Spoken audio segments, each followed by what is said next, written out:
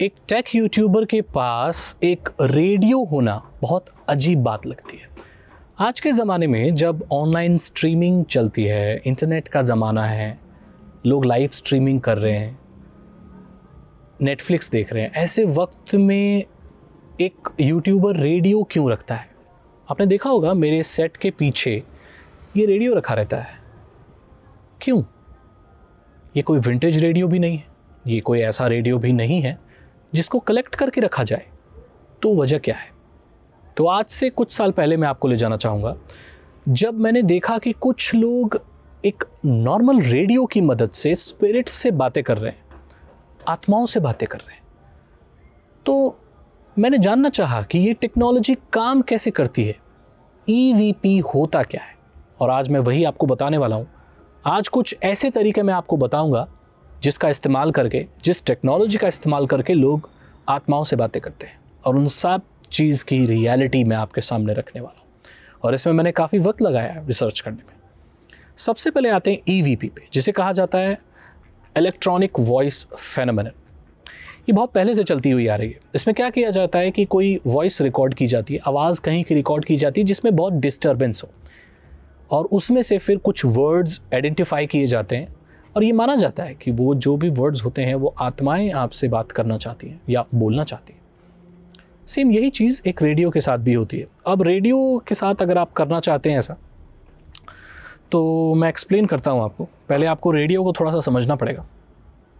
Radio आज से नहीं चल रहे हैं, रेडियो 50-60 साल पहले या उससे भी पहले से चल रहे हैं। पहले जो मेन एंटरटेनमेंट का साधन हुआ करता था वो रेडियोज़ ही थे। रेडियो में भी बहुत सारे बैंड्स होते हैं, AM, FM, TV band, MW band, SW band. मुख्य तौर पर रेडियोज़ में 5 बैंड देखने को मिलते हैं, और आजकल तो ऐसे रेडियो मिलते ही नहीं हैं जिसमें इतने ज़्यादा बैंड हों। और ये जो आप रेडियो देख रहे हैं ये बहुत सस्ते मिलते हैं, और इनकी खास बात है कि ये 5 बैंड के साथ आते हैं। मैं आपको टेक्नोलॉजी के हिसाब से देखा जाए तो 5 बैंड के बारे में अभी बताऊँगा। सबसे पहला बैंड FM, जो सबसे कॉमन है, जिसे आप सुनते हो, गाड़ियों में सुनते हैं लोग, है ना। FM रेडियो, जिसकी फुल फॉर्म होती है फ्रीक्वेंसी मॉड्यूलेशन। इसका ज़्यादा रेंज नहीं होता। फिर आता है AM, जिसे कहा जाता है एम्पलीट्यूड मॉड्यूलेशन। इसका काफ़ी कम रेंज होता है लेकिन वॉइस क्वालिटी काफ़ी अच्छी होती है, छोटे एंटीना से चल जाता है। फिर आता है MW, जिसे मीडियम वेव कहा जाता है। फिर आता है SW। जो SW होता है वहाँ पर आप थोड़ा ज़्यादा गौर दीजिए। SW का मतलब होता है शॉर्ट वेव, और ये एक FM रेडियो का ऐसा बैंड होता है जो क्रॉस कॉन्टिनेंट भी ब्रॉडकास्ट कर सकता है। दैट मीन्स मैं यहाँ बैठे इस रेडियो से इतने छोटे से एंटेना से अमेरिका के रेडियो स्टेशन सुन सकता हूँ, कोरिया के, अरेबिक, चाइनीज़, ये सब सुन सकता हूँ मैं। ये जो ब्रॉडकास्टिंग होती है ये आयोनस्फीयर से होती है। आयोनस्फीयर आप कह सकते हैं कि हमारा जो एटमॉस्फेयर है उसका और स्पेस की जो बाउंड्री है उसे आयोनस्फीयर कहा जाता है। तो जो ब्रॉडकास्टिंग होती है वो आयोनस्फीयर के लेवल पे की जाती है, इसलिए इसका जो रेंज होता है गाइस बहुत ज़्यादा होता है। नॉर्मली रेडियोज़ में SW बैंड देखने को नहीं मिलता, ये बंद हो गया। इसके पीछे कारण ये है कि इसको गलत चीज़ों के लिए भी इस्तेमाल किया जाता है। ये बैंड ज़्यादातर रेडियोज़ में अभी देखा नहीं जाता क्योंकि इसका इतिहास बहुत डार्क है, काला इतिहास है इसका, और अभी भी कुछ अच्छी चीज़ों के लिए इस्तेमाल नहीं होता है क्योंकि इसका बहुत ज़्यादा रेंज होता है। सेकेंड वर्ल्ड वॉर में इसको बहुत गलत प्रोपोगेंडा फैलाने के लिए इस्तेमाल में लाया गया था। सेकेंड वर्ल्ड वॉर में इसमें ऐसी चीज़ें ब्रॉडकास्ट की गई थी जिससे लोगों का माइंड वॉश किया जा रहा था। अभी भी इसमें बहुत गलत चैनल्स भी आते हैं इस बैंड में, और ये बैंड मैं आपको सुनाने वाला हूँ आज। इस बैंड में बहुत गलत चैनल्स भी आते हैं जो ऐसे संगठनों के होते हैं जो अपने फरमान, आदेश, जो भी गलत चीज़ें वो बोलना चाहते हैं, फैलाना चाहते हैं, अपनी विचारधारा लोगों तक थोपना चाहते हैं, वो इस बैंड पर ब्रॉडकास्ट करते हैं। इसीलिए ज़्यादातर जो रेडियोज़ आते हैं उनमें ये बैंड है। इसका इस्तेमाल भूतों के उसलिए कैसे किया जा सकता है? आप सोचेंगे सागर भाई ये वीडियो थोड़ी सी टेक्नोलॉजी की तरफ जा रही है। मैं बताता हूँ आपको। क्योंकि इस बैंड को इस्तेमाल करने के लिए बहुत बड़ी एंटीना की ज़रूरत नहीं होती, तो इसमें जो चैनल्स है वो बहुत छोटे से एंटीना से और दुनिया के किसी भी कोने में कैच करते हैं। इसको ट्यून किया जाता है, और जैसे ही चैनल्स के कुछ एक वर्ड सुनाई देते हैं उसको ट्यून करते वक्त, वो ट्यूनिंग बटन से हो सकती है, किसी क्रिस्टल से हो सकती है, तार खींचने से हो सकती है, ट्यूनर किसी भी तरह से कंट्रोल किया जा सकता है बेसिकली टेक्नोलॉजी के हिसाब से देखें तो। ये मैं आपको बता सकता हूँ बिकॉज मैं एक टेक यूट्यूबर हूँ, मुझे इलेक्ट्रॉनिक्स के बेसिक्स पता है। सो जो ट्यूनर है वो किसी एक धागे से ट्रिगर किया जा सकता है, किसी क्रिस्टल से ट्रिगर किया जा सकता है, या नॉर्मली बटन को रोटेट करके भी ट्रिगर किया जा सकता है। तो इसको ऑन करके उसे ऐसे ऐसे घुमाया जाता है और जो अजीब अजीब से चैनल्स जो चेंज होते हैं, जिनके वर्ड आते हैं, लोग ये मानते हैं कि वो स्पिरिट आपसे बात कर रही है, वो रेडियो चैनल्स नहीं है।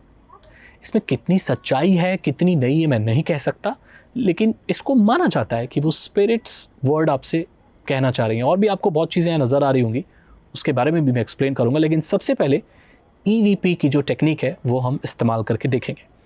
यहाँ पर मेरे रेडियो में मैंने SW बैंड लगा दिया है और मैं इसे ऑन करने जा रहा हूँ, और यहाँ पर दुनिया भर के सारे चैनल्स आएंगे, अजीब अजीब लैंग्वेजेस भी आएंगे। देखते हैं क्या होता है।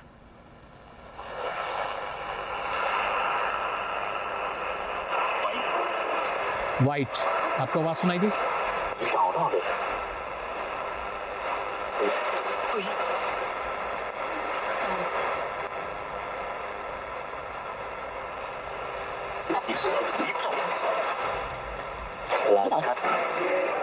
Light.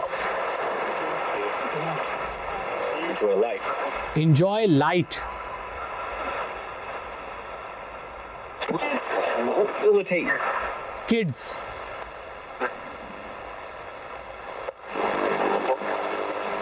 Top. Any.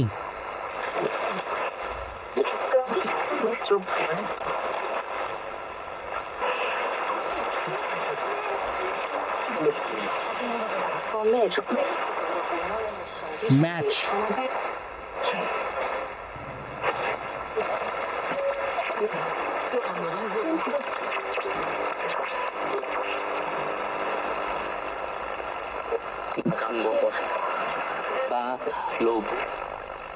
बाहर लोग।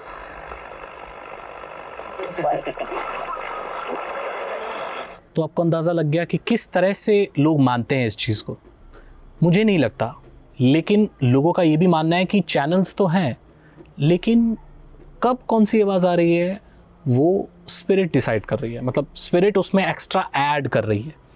क्योंकि यहाँ से हम ये नहीं समझ सकते, ये भी इसको इस चीज़ को छुपाया जा सकता है इस चीज़ से, क्योंकि जो आत्माएं होती हैं ऐसा माना जाता है कि वो अपना एग्जिस्टेंस डायरेक्टली नहीं दिखाती।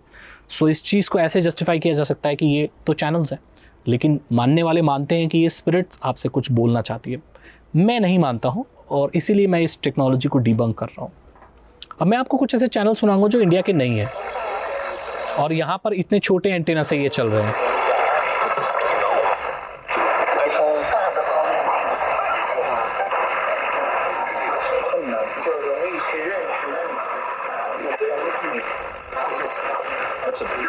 In the United States.